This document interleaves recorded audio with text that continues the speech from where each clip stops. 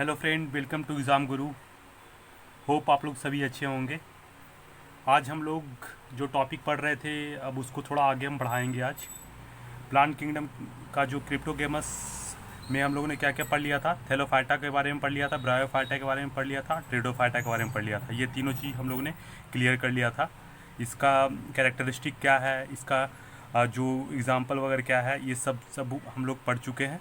और हम लोग आज शुरू करेंगे क्या, फिनेरोगेमस जो कैटेगरी है, दूसरा कैटेगरी, उसके अंदर जो दो सब कैटेगरी है, जिम्नोस्पर्म और एंजियोस्पर्म। क्या है, दो सब कैटेगरी क्या क्या है, जिम्नोस्पर्म और एंजियोस्पर्म। और एंजियोस्पर्म के अंदर भी दो सब कैटेगरी क्या है, मोनोकॉट्स और डाइकॉट्स। अब हम लोग आज इसको अच्छे से पढ़ते हैं। पहले हम लोग आज पढ़ रहे हैं क्या, किसके बारे में पढ़ने के लिए जा रहे हैं, जिम्नोस्पर्म के बारे में पढ़ने जा रहे हैं। क्या जिम्नोस्पर्म क्या होता है, पहले ये देखिए। स्टडी ऑफ जिम्नोस्पर्म को हम लोग क्या बोलते हैं, जिम्नोलॉजी बोलते हैं। क्या बोलते हैं, इसका जो स्टडी होता है इसको हम लोग क्या बोलते हैं, जिम्नोलॉजी बोलते हैं।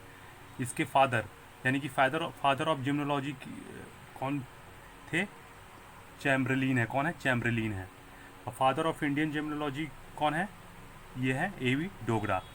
तो हम लोग ने तीन चीज़ पढ़ा। क्या क्या पढ़ा, स्टडी ऑफ जिम्नोस्पर्म को क्या बोला जाता है, जिम्नोलॉजी बोला जाता है। इसके फादर किसे कहा जाता है, चैम्बरलिन को बोला जाता है। और ये फादर ऑफ इंडियन जिम्नोलॉजी किसको बोला जाता है, एवी डोगरा को बोला जाता है।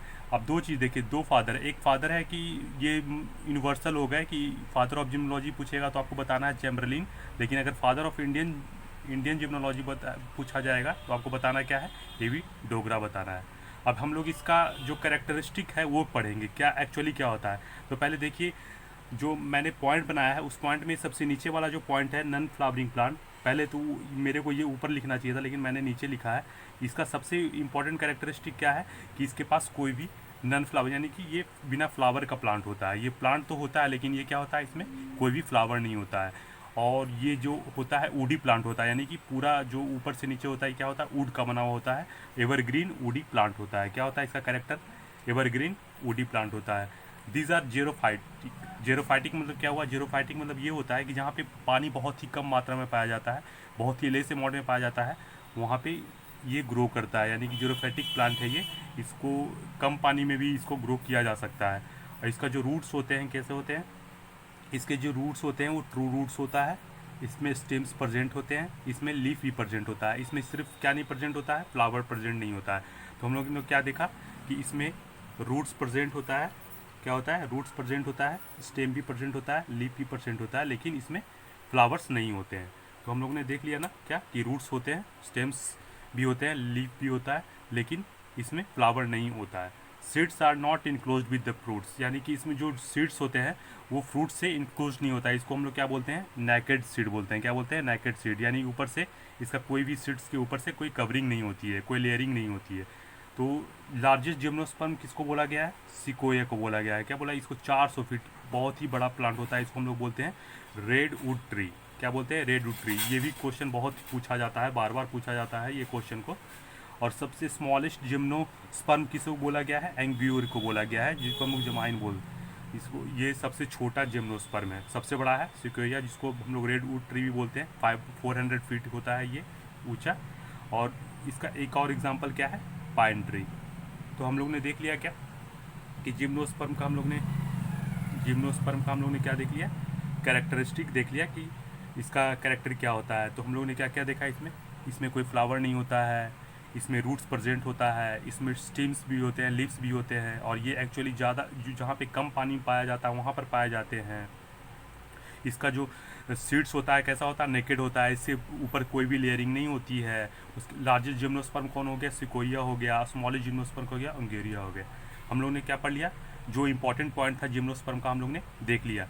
ये आप पढ़ लोगे तो इतना तो ज़रूर है कि जो भी एग्ज़ाम होगा इसमें मोस्टली इसी से क्वेश्चंस आएंगे। इसलिए जिम्नोस्पर्म तो कंप्लीट हो गया। अब हम आपको पढ़ाएंगे इसका जो आगे वाला जो वीडियो है वो होगा क्या, फिनेरोगेमस के अंदर जो एंजियोस्पर्म है मैं उसके बारे में आपको बताऊंगा। ठीक है दोस्तों, मैं अगला स्लाइड ला रहा हूँ, वेट कीजिए।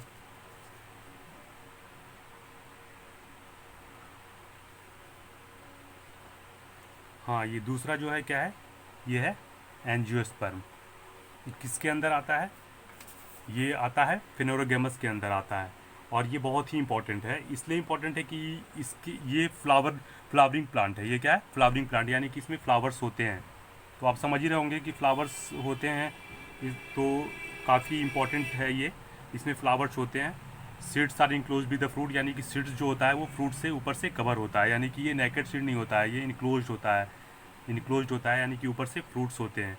ट्री, ये इसमें क्या होता है? ट्रू, इसको क्या बोला जाता है? ट्रू प्लांट बोला जाता है। ट्रू प्लांट क्यों बोला जाता है? बॉडी स्ट्रक्चर, क्योंकि इसमें पूरा बॉडी स्ट्रक्चर इसका प्रेजेंट होता है। जो चीज़ होना चाहिए प्लांट में, हर चीज़ प्रेजेंट होता है उसमें। स्टेम हो गया, लीफ हो गया, फ्लावर्स हो गए, सब कुछ इसमें पाया जाता है, इसलिए इसको बोला जाता है ट्रू प्लांट। और इसको पूरा कंप्लीट प्लांट बोला जाता है। और इसको डोमिनेंट प्लांट बोला जाता है। डोमिनेंट प्लांट क्यों बोल रहे हैं? क्योंकि डोमिनेंट प्लांट इसलिए बोल रहे हैं क्योंकि इसमें हर चीज़ जो भी प्लांट में होना चाहिए, हर चीज़ इसमें प्रेजेंट होता है। एग्जाम्पल के लिए क्या क्या है? एप्पल है, मैंगो है, ग्रेप्स है, गुआवा है। ये सब क्या है? ये सब प्लांट जो है ये एंजियोस्पर्म के अंदर आता है। तो अब हम लोग पढ़ते हैं कि लार्जेस्ट एंजियोस्पर्म कौन सा है? इक्लिप्टस। इक्लिप्टस जो है क्या है? लार्जेस्ट एंजियोस्पर्म है।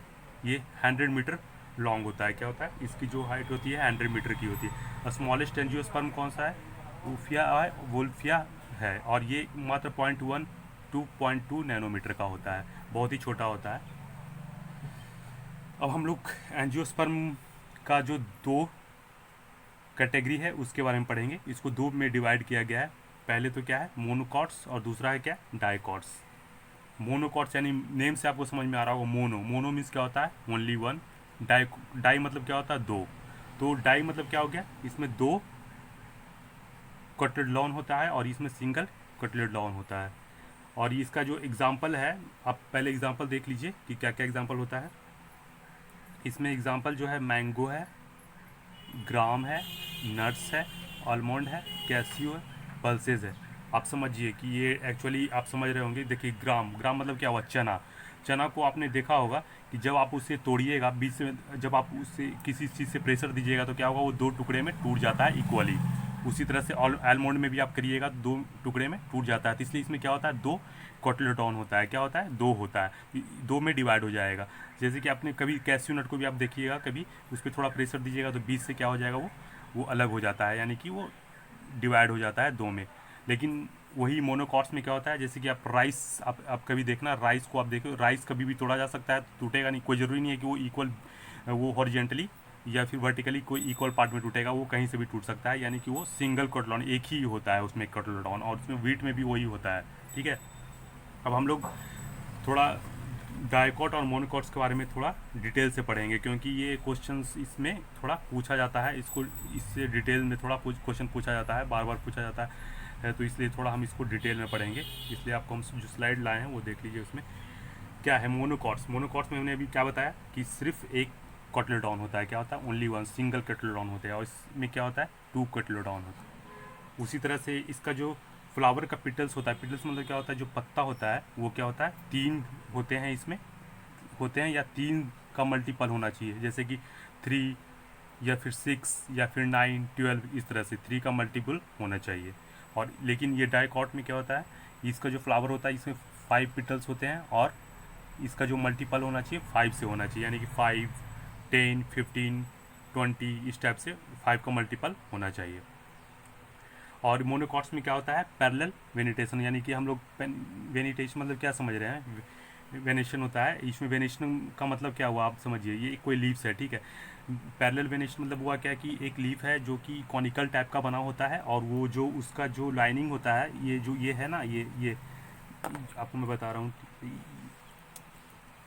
ये जो लाइनिंग है ये पैरेलल है। ये जो लाइनिंग है ये पैरेलल है, इसलिए लोग बोला जाए, क्या बोला जा रहा है? पैरेलल वेनेशन बोला जा रहा है। इसका जो लीफ होता है पैरेलल, इसका वेनेशन जो होता है पैरेलल होता है, और कॉनिकल होता है, और थिन होता है, पतला होता है। आप देख रहे होंगे यहाँ पर, आपको मैंने डायग्राम बनाया है और समझाने के लिए कि किस तरह का होता है। जो आप देखे होंगे लीफ, ग्रास का जो लीफ होता है एकदम हूबहू ऐसा ही होता है, वीट का भी लीफ ऐसा ही होगा, और राइस का भी ऐसा ही होगा। लेकिन जो डाइकॉट्स होता है उसका रेटिकुलेट वेनेशन होता है लीव्स का। कैसा होता है रेटिकुलेट? मतलब कि अब देखो ये कॉनिकल टाइप का, इधर से ये इसका जो लीफ होता है ये ब्रॉडनेस इसका थोड़ा ज़्यादा होता है। क्या होता है? ये ब्रॉडनेस, देखो ये इसको, ये जो है क्या है? ब्रॉड है काफ़ी लीफ, और इस टाइप से कॉनिकल टाइप का इधर बना होता है, जिगजैग टाइप का। इसको हम लोग क्या बोलते हैं? रेटिकल रेटिकुलेट वेनेशन बोलते हैं, ठीक है। हाँ, इतना हम लोग देख लिया मोनोकॉट के बारे में। हम लोग देखते हैं थोड़ा और आगे। इसका रूट जो होता है कैसा होता है, फाइब्रस होता है। कैसा होता है, फाइब्रस होता है। फाइब्रस का मतलब क्या हुआ कि इसका जो ओरिजिन होगा, एक ही के पास से बहुत सारे फाइबर्स निकले होंगे। आप देखो यहाँ पर फाइबर्स एक ही जो ओरिजिन पॉइंट है एक से, वहाँ पर से बहुत सारे फाइबर की तरह निकले हुए हैं। इसलिए हम लोग क्या इसको बोलते हैं, फाइब्रस रूट बोलते हैं। क्या बोलते हैं, फाइब्रस रूट बोलते हैं। लेकिन जो डाइकॉट्स में होता है वो क्या होता है, वो क्या होता है, टेप रूट्स। टेप रूट क्या होता है कि उसमें क्या होगा कि एक सिंगल रूट होगा, सिंगल रूट से बहुत छोटे छोटे सब रूट्स छोटे छोटे निकल करके आते हैं। इसको हम लोग टैप रूट बोलते हैं। टैप रूट जो प्रेजेंट होता है डाइकॉट में होता है, और फैब्रियस रूट्स होता है जो कि मोनोकॉट्स में होता है। और ये देखिए इसका जो वस्कुलर बंडल होता है, यानी कि जो सर्कल वस्कुलर बंडल मतलब क्या हुआ कि वस्कुलर में जो जाइलम फ्लाइम के बारे में हम लोग जो पढ़ रहे थे, इसमें तो वेल डिफाइन होता है जाइलम फ्लाइम होगा दोनों चीज़। लेकिन जो इसका जो अरेंजमेंट होता है वस्कुलर बंडल का, क्या होता है, इसका जो वस्कुलर बंडल होता है ये स्कैटर्ड होता है, मतलब जिधर इधर इधर उधर बिखरा जैसा होता है। जैसे कि आप देखो सर्किल क्या है, इधर उधर बिखरा हुआ है। लेकिन डाइकॉट में क्या वस्कुलर बंडल कैसा होता है, अरेंज्ड वे में होता है। और क्या होता है, किस अरेंज वे में होता है, रिंग के फॉर्म में अरेंज रहेगा। और सर्कुलर उसको हम लोग बोल सकते हैं सर्कुलर वे में भी वो वस्कुलर बंडल जो होता है अरेंज्ड होता है, यानी कि एक सर्कल टाइप से बना हुआ होता है अरेंज्ड वे में। लेकिन वस्कुलर बंडल जो इसका मोनोकॉट का होता है वो क्या होता है, स्कैटर्ड होता है और इसका रिंग के फॉर्म में होता है। तो हम लोग ने जो प्लांट किंगडम शुरू किया था उसमें जो हम लोग पढ़ लिए सारा चीज़, जो क्रिप्टोगैमस फेनोरागैमस के अंदर जितने भी सब कैटेगरी थे, हम लोग ने सारा चीज़ कंप्लीट कर लिया। अब हम, मेरे को लगता है कि जो एग्जामिनेशन पॉइंट ऑफ व्यू से जो चीज़ मेरे को बताना चाहिए था मैंने सारा चीज़ बता दिया है। अगर आपको और भी लगे कि तो इससे और एक्स्ट्रा कुछ जानना है इसके बारे में तो मेरे को कमेंट कीजिएगा, तो मैं अलग से एक वीडियो ला दूंगा। लेकिन मेरे को जहाँ तक लगता है ये सफिशियंट है प्लांट किंगडम में, प्लांट बायोलॉजी के लिए सफिशियंट है, इससे ज़्यादा क्वेश्चंस नहीं आएंगे। और अच्छा दोस्तों, आप इस जो वीडियो आप लोगों ने देखा उसे आप लाइक कीजिए, सब्सक्राइब कीजिए और शेयर कीजिए। आप लोग शेयर नहीं कर रहे हो, कोई लाइक नहीं करोगे तो फिर मेरे को मोटिवेशन नहीं आ पाएगा, तो फिर मैं वीडियो कैसे बनाऊंगा। तो इसलिए आपको ये करना होगा। तो अच्छा दोस्तों, ठीक है, थैंक यू सो मच।